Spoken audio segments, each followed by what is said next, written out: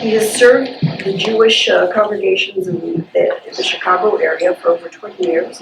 Rabbi Davis is on the faculty of Hebrew Seminary in the Chicago suburbs, where he trains rabbis in classic Hebrew text. His voice is featured at the Chicago Art Institute's new installation in the Modern Wing, Prayer. In 2014, he founded a national organization for rabbis committed to open dialogue on the subject of Israel and Palestine. He is the co-founder of the new Jewish Muslim interfaith community in Chicago, along with the Chicago Mosque Foundation. Rabbi Davis is committed to the Jewish community and to solidarity with Palestinians and Jews working for equality and justice. So please welcome Rabbi Michael Davis. Thank you very much. Thank you for that very generous introduction. And it's wonderful to be here. I've been excited about coming all week, ever since Janan called me. This is my second time doing this kind of event in Milwaukee. Some of you may have been at the Rotary Club 2 years ago. The Israeli ambassador to the United States, Ron Dermer, finagled a way in to give this fire and brimstone speech at the Rotary Club. And Janan found a way to demand equal time, and that was me. So it was a real honor to deliver a rebuttal to the Israeli ambassador. It was a real thrill. But this is, and I gave a more of a straight-up sort of speech sermon about equal rights and basic stuff about human rights and equal rights. This hits you in the gut. This is an emotional movie. I watched it earlier to prepare, and that final confrontation, I had to pause it and go and come back. And even when I told my wife about it, she stopped me in the middle and says, "Tell me it didn't end badly." Like, it really grabs you emotionally, right? The humanity of it. And I'm not a movie guy, so I'm not here I'm not the Roger Ebert of Palestinian movies. I'm certainly not speaking as a Palestinian. Janan said I should speak as me, so I'm the authority on that, so I'll do that. And have a conversation. We're a nice, intimate group, so I think we could really have a good conversation, so everybody will feel welcome to speak up and ask questions and so on. But I thought I'd say a few words just to get things started. First of all, way of introduction. Thank you for that introduction. I want to say a little bit more. I have 3 passports. I was once coming through Istanbul on my way to visit family in Israel, and I had a day in Istanbul, so I was going to go into the city, and you need a visa to go from the airport into the city.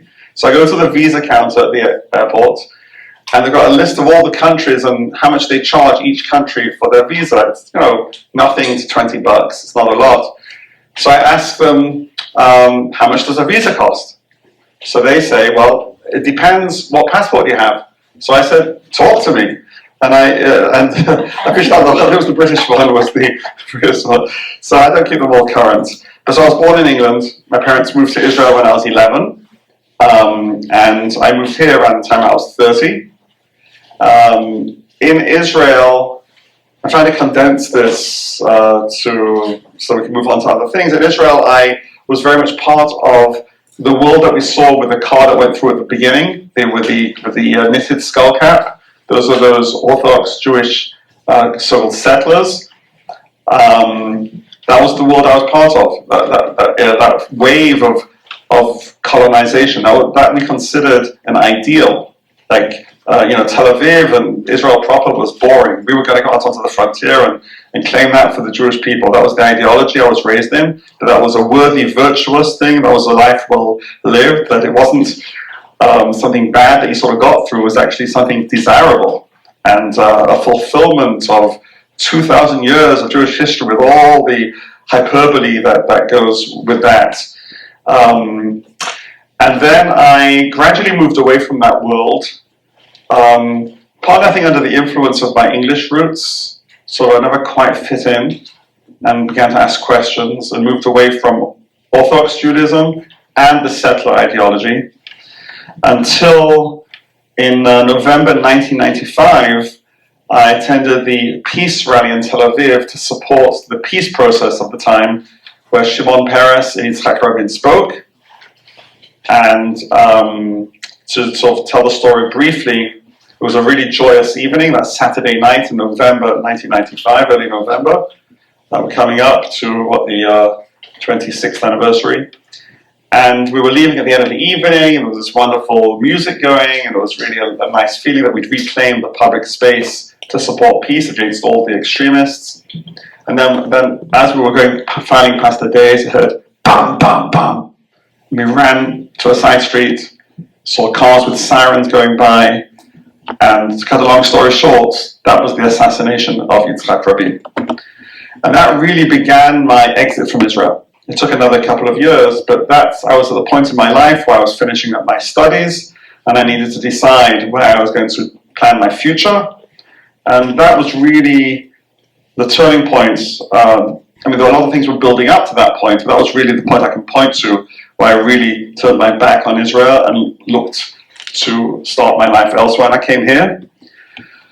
And I've been saying this for years, and it doesn't change. Nothing has happened in the last 23 years to make me regret my decision, and I'm sad for that Israel has not moved on beyond that. On the contrary, it's gotten worse. And I remember back at the time talking to a friend, and he says, it's only going to get worse. And I said, how could it possibly get worse? Well, it has, as we know. So I'm happy to fill in gaps if anybody's interested, but this is just by way of introducing myself to you so we can have a conversation. So I'll just jump to some other things. And that is to say that so I lost my train of thought for a moment, about moving here from Israel and beginning a new life here, and then getting involved in the Jewish community here. And that's a very complicated thing, as I imagine many of you have experienced. And recently I left the organized Jewish community. I was in a Reform congregation and a really mainstream Jewish community until just a few years ago. And it's been a period of disengagement where now I'm happily outside the community. I work with unaffiliated Jews. I do lots of funerals and weddings. I've had 4 or 5 services last week. I'm very busy. When people ask me which congregation I'm at, I like to quip that I am with the largest Jewish community, larger than all the others put together, the unaffiliated. Because most Jews don't belong to any synagogue, and even those who do belong to a synagogue don't go. It's membership like you're a member of the Art Institute or the museum. You're a member because you pay your dues. Most Jews don't believe in God. Most Jews don't pray. If you look at the Pew poll that came out last year, I think 10 to 12% of Jews attend services regularly. If you factor out the 8 or 10% who are Orthodox, for whom it's a completely different lifestyle, you're left with synagogues that are empty. It's a performative religion, and part of the performance is Zionism. So I find that the same people who I could not talk to under the umbrella of the organized Jewish community, I get on perfectly fine with them when it's around a funeral, for instance. Because the center of our interaction is somebody died, right? The Zionists, so what? That's not why we're there. But the organized Jewish community, its organizing principle is this. As shocking and as inexplicable as that feels, that is. And people were able to see this or kind of know it and not see it. Right? And we all do that, right? We all see things and don't get the full emotional impact of it, right? We do that when we drive down the street and we see a car that's crashed or smashed. Do we think that a second before that happened, that person was just like us and it could happen to me the next moment? We can't function that way. So we know that we block the emotional impact of lots of things, lots and lots of things. And Israelis are really good at, they've had many years of experience of blocking the emotional impact of that. So I can say more about myself if you're interested, but I'm a little bored talking about myself, so if you're interested, I'll talk about it. But I want to run through a few other things. It's okay if I run through a few things, and I'll come and thank you, because one thing about the movie, the second time I'm seeing it, I was struck again about how the Palestinian is humanized, right? Even that opening scene when they're going through that tunnel, and the people are clambering on top, it's the way my kids will clamber over something, right? That they are humanizing an inhuman situation, right? And you see that again and again. It's really beautiful. I've got a few other comments I want to make about the movie, and which are that, and Janan also noticed this, we were talking about it, that what religion is this family? Do you know? We don't know, right? They could be Muslim, they could be Christian, right? We don't know. There are no symbols, which is striking in itself because you would kind of know that naturally, right? I mean, the muezzin calls out 5 times a day in Palestine, right? Even if you're filming, to not catch any of those 5, you have to really make an effort not to communicate that you're in a Muslim sphere or a Christian sphere. And that, I think, was intentional because so much of the conversation here is that it's a religious conflict, which we all know, I hope we all know, and if not, I'll explain, is nonsense, right? And I think that's what the case is making. They're humanizing them as it's about them being Palestinian, could be Christian, could be Muslim, we don't know. In that vein of humanizing, I was curious to watch the credits and noticed that none of the names were obviously Jewish. In other words, the soldiers were Arabs. So what the experience must have been like for these Palestinian or Arab, maybe they were Jewish Arab, but I don't know, 1 or 2 names were a little, but some of them definitely were Palestinian. So I would love to interview them and ask them what it was like to put on Israeli uniform and be the soldier. Like what? Because the movie was very generous in humanizing the soldiers, right? That you see there are different forces there, they're not just the beast. So that I would be curious to find out. And just on a personal note, I have young children, just a little older than this girl, so it really hit me in the guts that of the child's viewpoint, you know. It's tragic, right? Yeah, to think that a kid has to see their dad humiliated that way, right? It really hits you in the gut. Anybody, right? And also, I mean, the ending is a gentle ending, right? But it's also a bit of a false hope because it's not like the next generation has figured it out. Like the next generation is going to push the fridge through the Jews only road.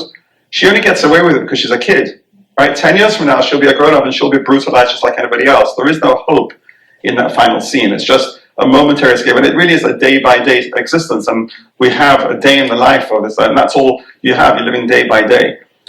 And I've seen lots of movies about checkpoints and gone through checkpoints.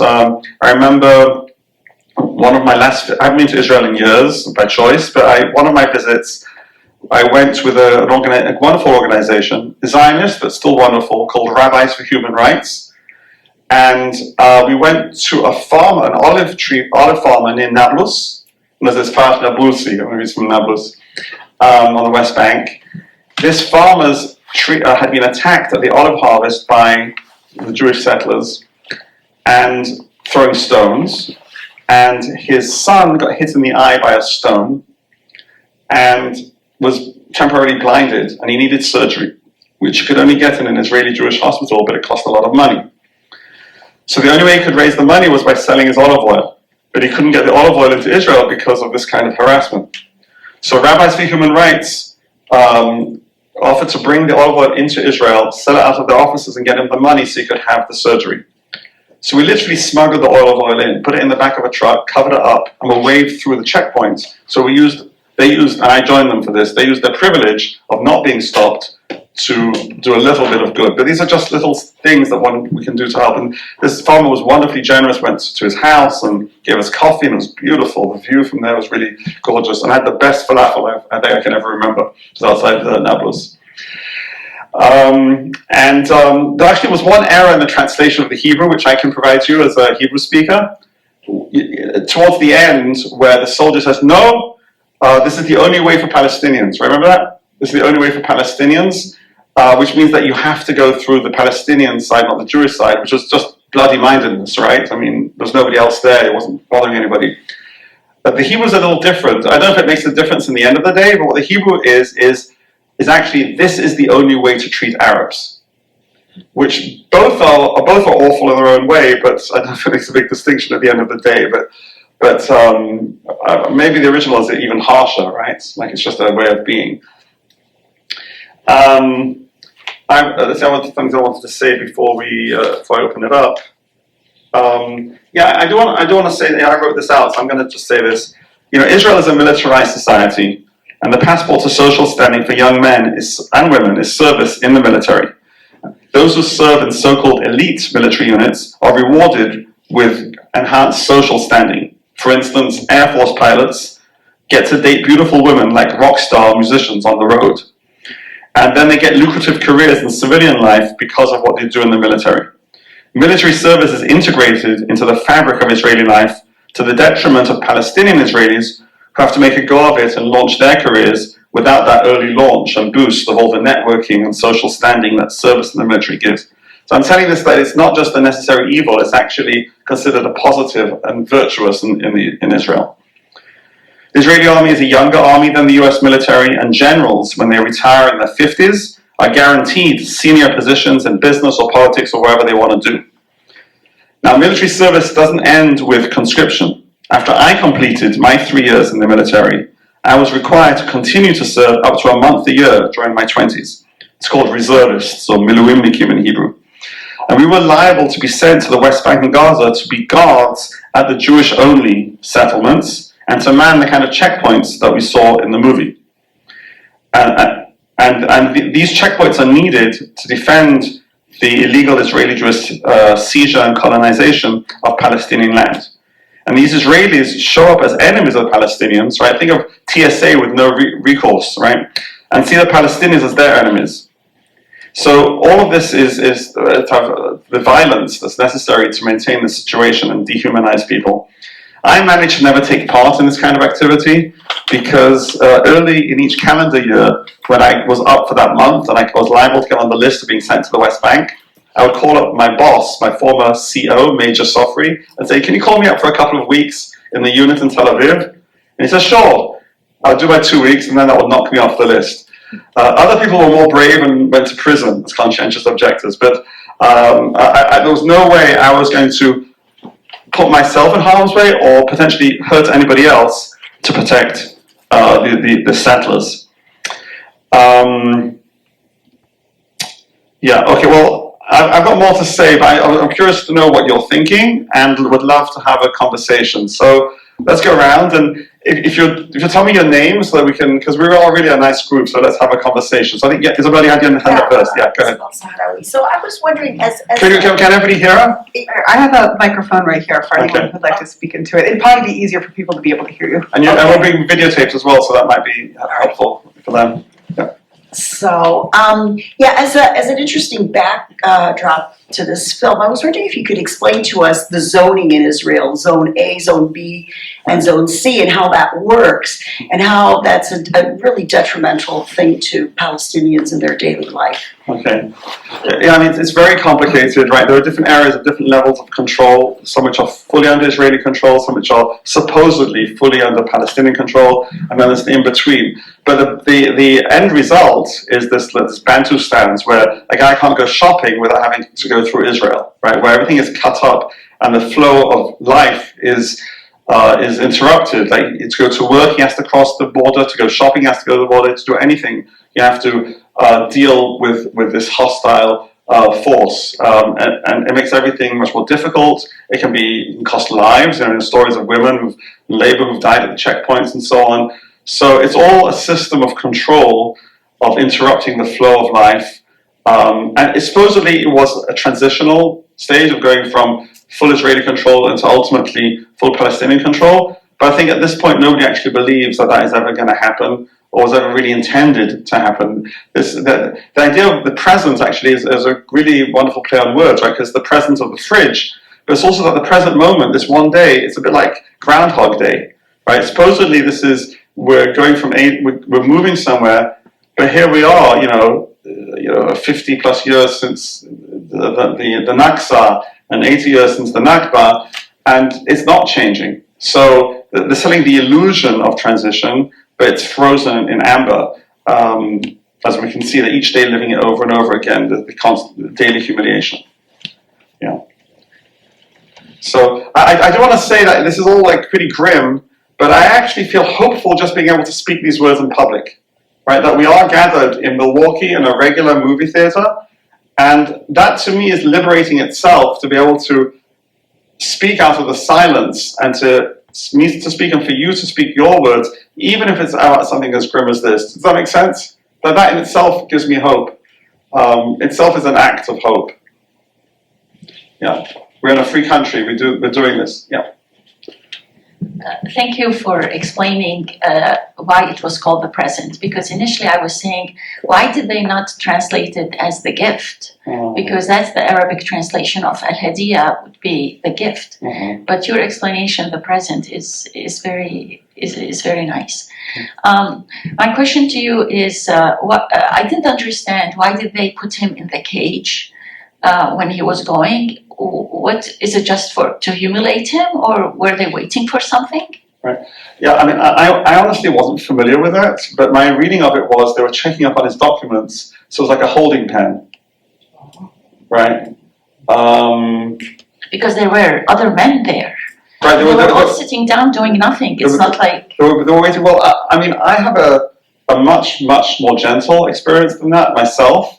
That once I was visiting Israel and I wanted to go up onto the Haram al-Sharif, the Temple Mount in Jerusalem, and we had to go through past Israeli security to go up. And I was the only one in the line of people going up who had an Israeli passport. So when I come to that TSA metal detector, the soldiers say, stand to the side.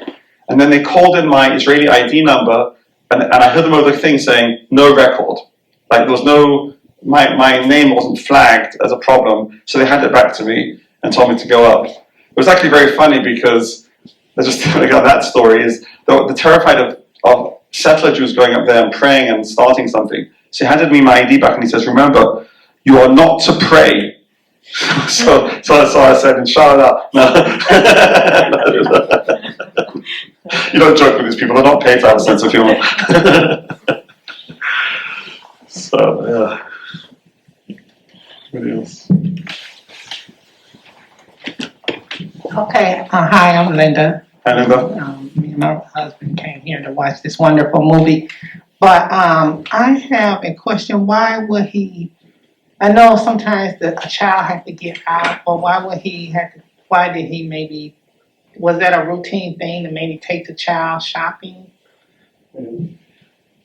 I don't know. I mean, if sort of like it was his day off, his anniversary, Okay. she was delighted to be with him. This was the only way they could spend the day together, right? So, and even something as simple and as joyous as that, they have to deal with this inhumanity. I think that's how I read it. I don't know if you have another reading of it. I don't have any privileged information. And then one more question to dive deeper into your feelings. You mentioned liberation. Can you explain, I'm just thinking some of the things I've experienced. When you talked about liberation, about talking openly about this, can you pinpoint some things that you feel liberated about? Sure, I'm happy to. Thank you. Well, I'll start with one story.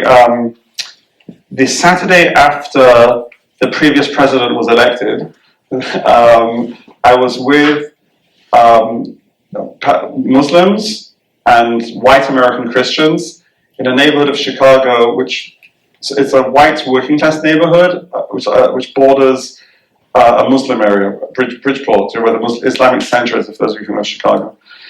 And we were walking down, asking businesses to put up flyers in support of Muslims because we knew what was coming with the new administration in 2016. So we were walking down the main drag. A woman in a hijab, Karen Danielson, for those of you who know her, she's a wonderful powerhouse in the Muslim community in Chicago. A Christian cleric in his collar, and me with my kippah on. I know it sounds like a joke, like a rabbi or a priest. And we're walking down the street, visibly Jewish, Christian, and Muslim. And if I may say, there was an African American man by the side of the street with his head under the hood of a car fixing it. And we're walking by doing our Muslim thing, and we go past, and he calls up from under the car, he says, I'm with you. So I would like to believe that we were creating more space, and when we create space for one, it actually affects other people too. Like, we're clearly not the bad guys if we're doing that. So there's this expansiveness that comes from claiming this space. There's tremendous fear of doing this, right? And for good reason. I mean, I was pushed out of the Jewish community, not for anything I did, and I did things, but just the fact that people knew what I thought and felt. It was a pure heresy trial. It was just the knowledge that I was not on board with the ideology was intolerable for people to be in close religious, emotional community with me. It was too much. And So I've been liberated in many, like all of us, right? We're growing and sort of developing.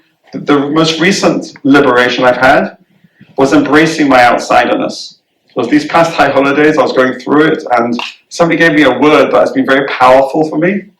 The word is excommunicated. To stand in my excommunicated place, not to care. I mean, it still hurts a little bit. People still seek me out to insult me.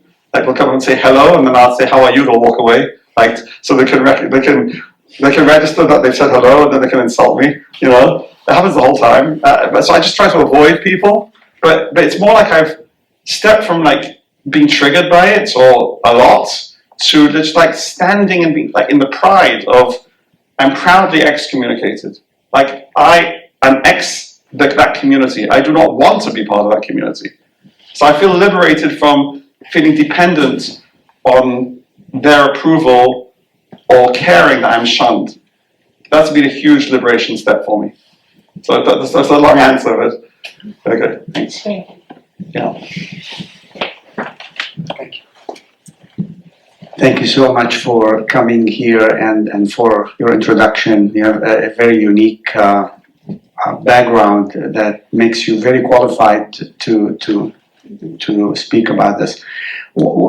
From your unique perspective, what do you think the end point is going to be? I mean, we know it started in Oslo, and Oslo was just a process that led to more settlements and worse outcome for the Palestinians.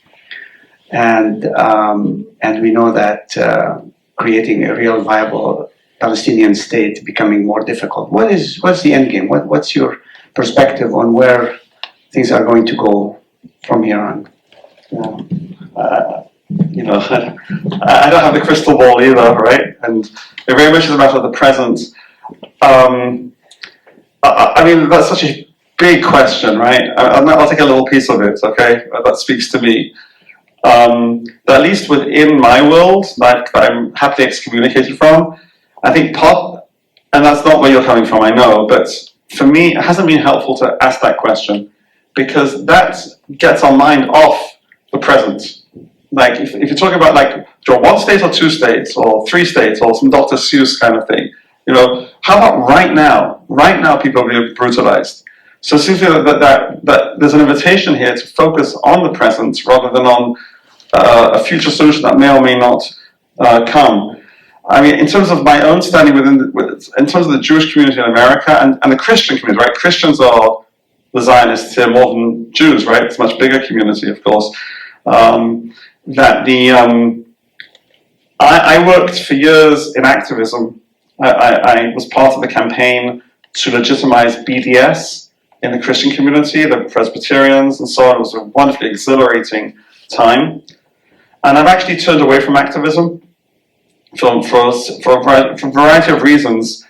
But I don't need to go into all that, but I do think that what the movie reinforces for me is how important it is to rehumanize Palestinians in our eyes, not to give up, not to accept the dehumanizing.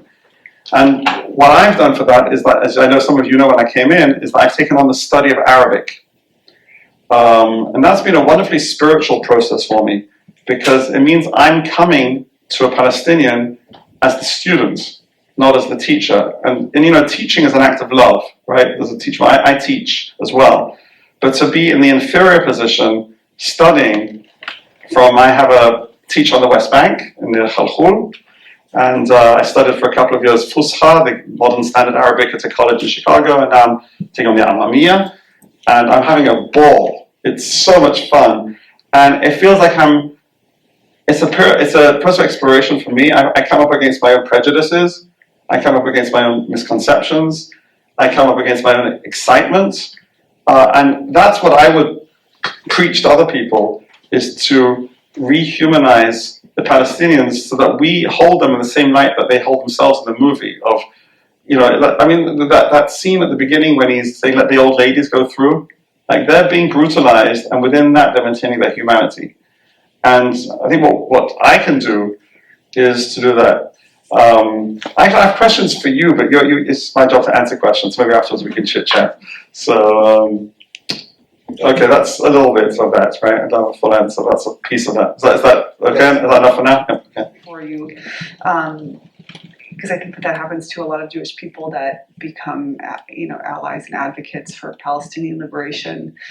One thing that I do want to say though is that I believe you that you were treated poorly in your community, and I believe you that it sounds like it's been a long journey from being in settler communities to Tel Aviv to the United States Chicago Reform community, and I believe you in all of that.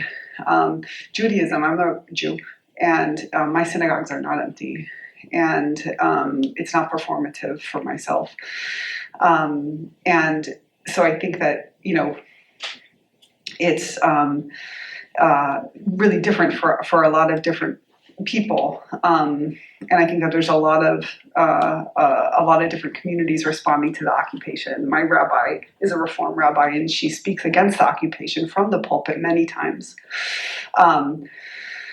So, how do you, given the trauma that I assume you declared yourself anti-Zionist and then were shown the door, is my assumption. And if I've got that wrong, then obviously correct me. But what does your healing journey look like after what you've been through? Well, thank you. And I'm glad that you have a meaningful Jewish community and they have a rabbi who does speak out. It's wonderful to hear. And I can't speak for all Jewish communities ever. And I know you're in a small town, which is a different kind of energy than a big city with lots of options. I used to do high holiday service in Baton Rouge, Louisiana, and people really showed up. There's a sense of, it's not like somebody will show up if I don't go there, whereas in a big city, everybody thinks that somebody else is there and nobody's there. So, right, I got lots of stories on that vein. But, but I do think that while my experience is not universal, I think it is representative of a huge section of the Jewish community. And I had a recent experience with that. I'm a member of a loose-knitted chavura, so not a big blown synagogue, but just proudly doesn't have a rabbi, proudly doesn't have a building, like low church in a Christian terminology.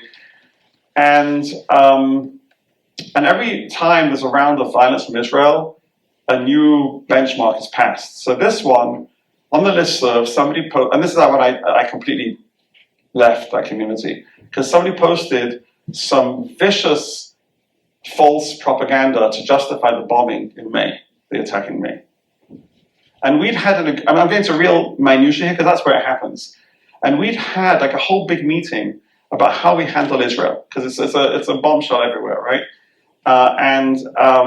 At first they said, if you post about Israel, you got to label it political. So I said, well, I went to my nephew's bar mitzvah in Israel. Do I have to label that political? One person's political, somebody else is self-evident, right? So so we agreed that we had a big meeting, and then we agreed that was not manageable. So we would just label each post honestly, and you would have to, being part of the community means you have to deal with seeing the subject heading, but you don't have to read beyond that because it's labeled honestly. That meeting that was hugely involved, the people around the meeting have no memory of that meeting. The ideology erased the memory of that meeting happening. Can you imagine? Have you had that in your work situations where people literally don't remember that meeting? Right. That's the first thing. The second thing is that I posted something in response, which I labeled honestly, and I did it provocatively, but not. The message that what I wrote wasn't provocative. I did it to show that the other side, and I immediately got slammed saying, "You've got to label it political," by the moderators, and I said, "Well, she didn't. Why should I? Why is pro-Israel propaganda not political, but the moment you say something pro-Palestinian, that is political?" So that was par for the course. I knew that was going to happen. I was just making a point. But what was interesting was that the few pro-Palestinian people in the group, every single one of them contacted me. I made them feel uncomfortable. I was told to shut up. I was told I was bringing the wrath of the group on me. Every single one. I took one on, a close friend. I said, our friendship is on the line now. She said, what are you asking of me? Are you asking of me to speak up for Palestinians? I said, no. I said, are you asking of me to speak up for free speech in the community? Which would be a reasonable ask. I said, no. So I said, well, what are you asking of me? I said, I'm asking of you to not talk down to me and to condescend me and to pity me and to give me advice about this. That's the level of entry, that's the ask I had to ask to maintain our friendship. That's how awful it is in the Jewish community. I mean, she's a lefty, she's pro-Palestinian, but we live under Zionist rule in the Jewish community. So as a Jew in the Jewish community, it's Zionist. You step outside the Jewish community where I live right now, not a problem. I run as a Zionist the whole time. It's not an issue. But the Jewish community is so I'm willing to be with fellow radicals and others under Zionist rule if I can be myself in that. But they are not able to agree to that. They are not able to live with free speech. They are not able to accept that.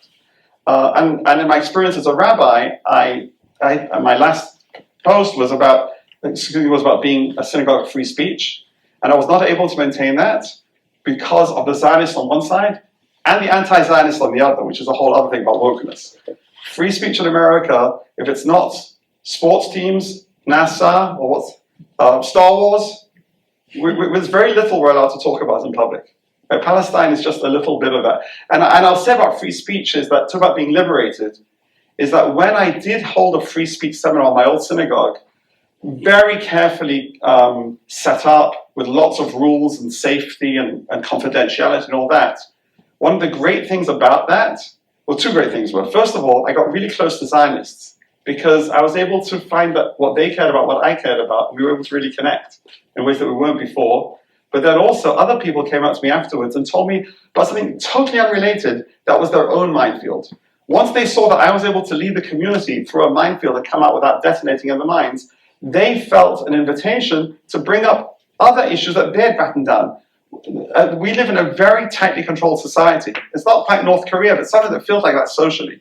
So Palestine stands for a lot more than just Palestine. And if you can have this difficult conversation, which I've succeeded in doing in some of my communities, it opens up the door for so much more. That's why this is so liberating, and that's why I think it draws in people from all sides. Palestine is this like capstone that sits, this weight that sits on lots of other things too. So I am curious to hear more about your experience, and I know you're a rabbi, and she was very gracious to me once when I had to meet somebody from Milwaukee to interview her for a job at my synagogue, and your synagogue was halfway between the two. So actually, we went on a bike ride up there, and we met in a synagogue. She was very gracious. So I'm happy to hear that she's preaching against the occupation from the pulpit.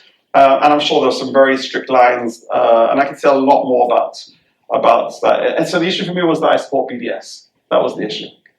For me? No. I'm saying you asked me to tell you what the issue was. Got it. It was supporting BDS, which I think is the bare minimum that any decent human can be, and it's like way beyond the pale. If there's no Venn diagram that intersects within the Jewish community, to know that the rabbi supports BDS, it may be, and I imagine it's possible to have your values and be under Zionist rule, anti-occupation under Zionist rule, but you cannot be the rabbi, because the rabbi is part of the Zionist rule, which is why that doesn't work. It doesn't work anywhere. Could you define BDS? Oh, sure. Or explain it? Sure. BDS is the stand for equal rights for Palestinians alongside Jews. So that Palestinians in Israel should not be subject to the racist laws, the whole raft of racist laws that officially under the law discriminate against non-Jews in the favor of Jews that I benefited from in Israel, that call for the end of the occupation, and that call for allowing Palestinians outside of Israel to come back like Jews, to be able to travel freely. So it addresses Palestinians in Israel, proper, pre-1948, Palestinians on the West Bank, and Palestinians outside. And the organizing principle is equality under the law, basic American principle. And until Israel does comply with that, to call for whatever measures we can do as private citizens, which is usually boycotts, typically, until we can accomplish equality under the law for all human beings, regardless of race, gender, or religion. That is beyond the pale in the Jewish community. That most basic, simple call. It's taboo. It's a red flag. It's explosive. So and that's a remarkable thought to think that. And it's not just the Jewish community. It's America. America's a Zionist country, right? Humanizing Palestinians and calling for equal rights, which was the subject of my speech to the Rotary Club, was just basically equality under the law. 4 words. That is beyond the pale. Palestinians want to gain access to members of Congress, they need a Zionist Jew to vouch for them. I mean, it's horrific in this country, the level of the absence, the lack of free speech, which is why this is so wonderful that we're doing this today. It's so exciting that we can claim a public space and do that. And so I get a little emotional when I talk about the Jewish stuff, it's close to my heart, but I'm happy to sort of go to, and I appreciate that you bring that voice, thank you. Thank you for being able to talk about that. But does anybody else want to, yes, thank you. There's more of a reflection, because I've been to different refugee camps around the world, and just seeing different conflicts over the years that involve like some type of ethnic cleansing against a certain minority group. And one of the things that I noticed was a common theme was the restriction of the freedom to move. Whether it's the Rohingya in Bangladesh, or like the Xinjiang Muslims in China, or wherever it is, even apartheid South Africa, this restriction of where you're allowed to go, and that impacts, I think we take it for granted, but it impacts so much of, everybody's daily life in terms of being able to make a living, getting health care, like you were talking about the women who like are trying to go into Israel, or like into the hospitals to deliver their child, and they have to go through a checkpoint, and then they have complications. So it was just an interesting kind of thing that I've noticed, like as a grand scheme that's used by so many different governments and groups around the world to accomplish this type of persecution. So thank you for that perspective. I think the strategies are not unique to Israel, which is another way which Palestine is interconnected with so many other issues. For instance, the planting of trees, right? The JNF forest, the Jewish National Fund forests, the pine trees on the hills of Jerusalem. If you go among them, you can see the outline of old Palestinian villages, the hundreds of villages that were abandoned and destroyed in 1948, covered up by these trees, which again was considered a huge Jewish value in Jewish synagogues. You get your little JNF blue box to put money in on your bar mitzvah to help support the planting of those trees. The Israelis didn't invent that. The British were doing that in India. The idea of claiming indigenous lands with white colonial forests is practiced around the world. So there's a lot of crossover here, a lot of the strategies, there was during Black Lives Matter, there was, as you may know, there was standing with the Palestinians and Palestinians standing with Black Lives Matter, right? A lot of this is interconnected on both sides, both the strategies of oppression and the strategies of liberation. Yeah. I'm sorry. So there is a group of part of the Jewish faith. Some of the rabbis are totally against Zionism, and they demonstrate always in Washington. So are they like a very small movement? Notori Kata? Right. Yeah. I mean, to be honest, I'm smiling because they are treated as a little bit of a joke in the Jewish community. Although ever since leaving the mainstream Jewish community, I've actually met them and I feel a bit more connected to them. So they have taken a principled position where they're deserving of respect. They are the last vestiges of pre-Zionist Judaism, because Zionism is new, right? Christian Zionism introduced in the 19th century, mid-19th century, and then the late 19th century, Jews helped on the Christian bandwagon and invented Jewish Zionism. And they still hark and say, no, this isn't, we're super traditionalists. We remember our great-great-grandparents' time when they didn't embrace secular nationalism as a religious tenet of the faith. So so in other ways too, they're very, very traditional. In ways that perhaps we might not agree with in terms of perhaps treatment of women and so on. But theirs is a principled, coherent position of pre-Zionist Judaism. Actually, one synagogue I served was the same thing from a different angle, from Reform. And if you know the American Council for Judaism, it was the founder of American Judaism in America was an anti-Zionist, Isaac Mayer Wise, in the 19th century. He came here before Zionism, but at the end of his life, Zionism showed up, and he said, no, that's not Judaism. It came more from a direction of, we're Americans, we're not harking to go back to any homeland somewhere else, rather than, some kind of solidarity with Palestinians, but it ended up at the same place. So my synagogue used to be vehemently anti-Zionist. It was established as an anti-Zionist synagogue, and then along the way conformed to the change that all the Jewish community, came to. I could talk all day long about internal Jewish politics. I'm not sure how interesting that is to you, but there's a lot of history of how we arrived at where we're at, and perhaps that charts a way back to recognizing that Zionism isn't inevitable, and it will end one day. And we have 2,000 years in my tradition that was not Zionist, right? I mean, until the 19th century, Jews did not move to Palestine, right? The biggest migration of Jews to Palestine was, I think, Rabbi Yehuda Chassid, was a couple of hundred families in 2,000 years, and they could have gone at any point. I mean, they may not have been able to bring millions, but they could have gone in the hundreds or the thousands. Nobody went. It wasn't part of the Jewish agenda to recolonize Palestine. That's a really relatively recent invention, a reinvention of Judaism.